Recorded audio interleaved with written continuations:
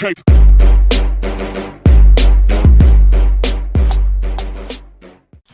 What is going on, ladies and gentlemen? Hazardous Gaming here, and today I'll be bringing you the top 5 games of 2016.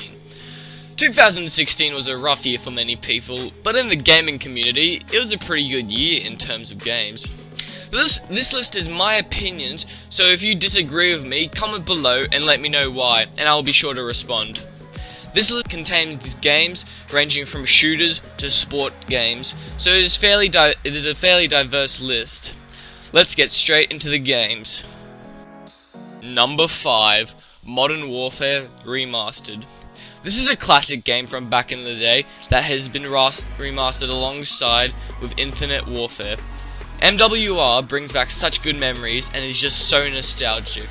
There are a few reasons why it is on the bottom of the list, even though it is such a good game though. In order to get this game, you have to own a copy of Infinite Warfare, which sucks, because that is a crap game. Activision has done this in order to increase sales for Infinite Warfare because they knew it would sell very bad without MWR.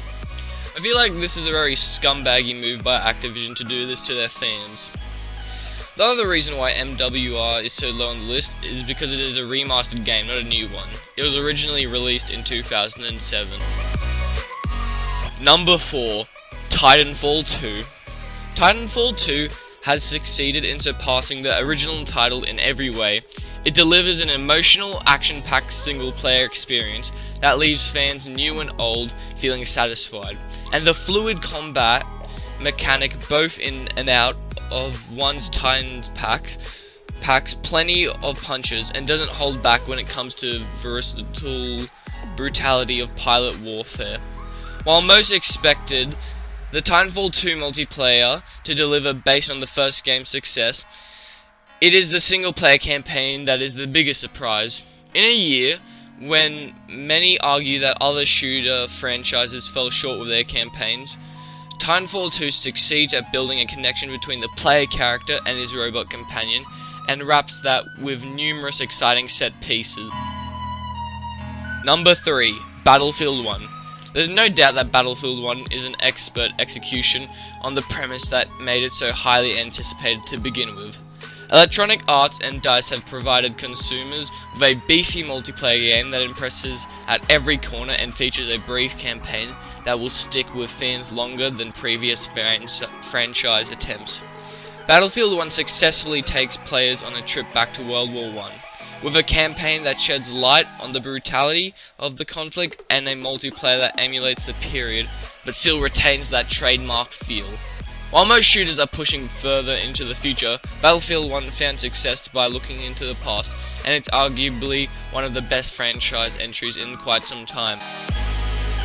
Number 2, Pokemon Sun and Moon.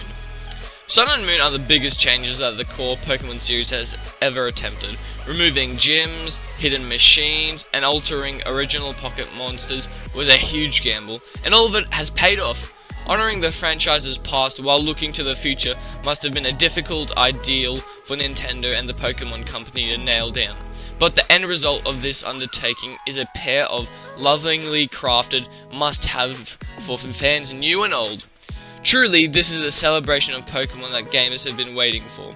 While past games have only iterated on the formula slightly, Pokemon Sun and Moon takes some pretty big leaps forward in meaningful ways. Of course, it introduces new characters and pocket monsters to collect, but it changes to the gameplay and the design that makes the game so special. Pokemon Go might have been the most talked about Pokemon game this year, but Sun and Moons are the ones every fan should be playing. Number 1, Overwatch. This game was by far the best game of 2016 and one of the best shooters out there. Overwatch turns the shooter on its head by delivering a bright, colourful world full of 21 unique heroes and game modes that demand players to work together if they want to pull off a victory. Overwatch does everything right in an FPS. It is a fun game, and the best thing about it is no paid DLC. That's right, no more bullshit extra DLC that costs $15. Blizzard gives us free content to extend the playtime of Overwatch, which is awesome. No BS supply drops which put a paywall on DLC weapons. Overwatch actually contains loot boxes though, which are similar to supply drops, but these are cosmetic only, so they are good for me. Overall, Overwatch is a really fun and good game. It is a very balanced game as each hero is able to counter the other one.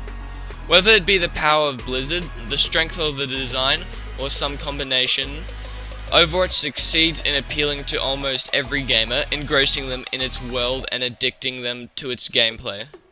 Outside of Pokemon Go, no game was so frequently talked about or regularly played as Overwatch, and while others faded, Blizzard's game still remains.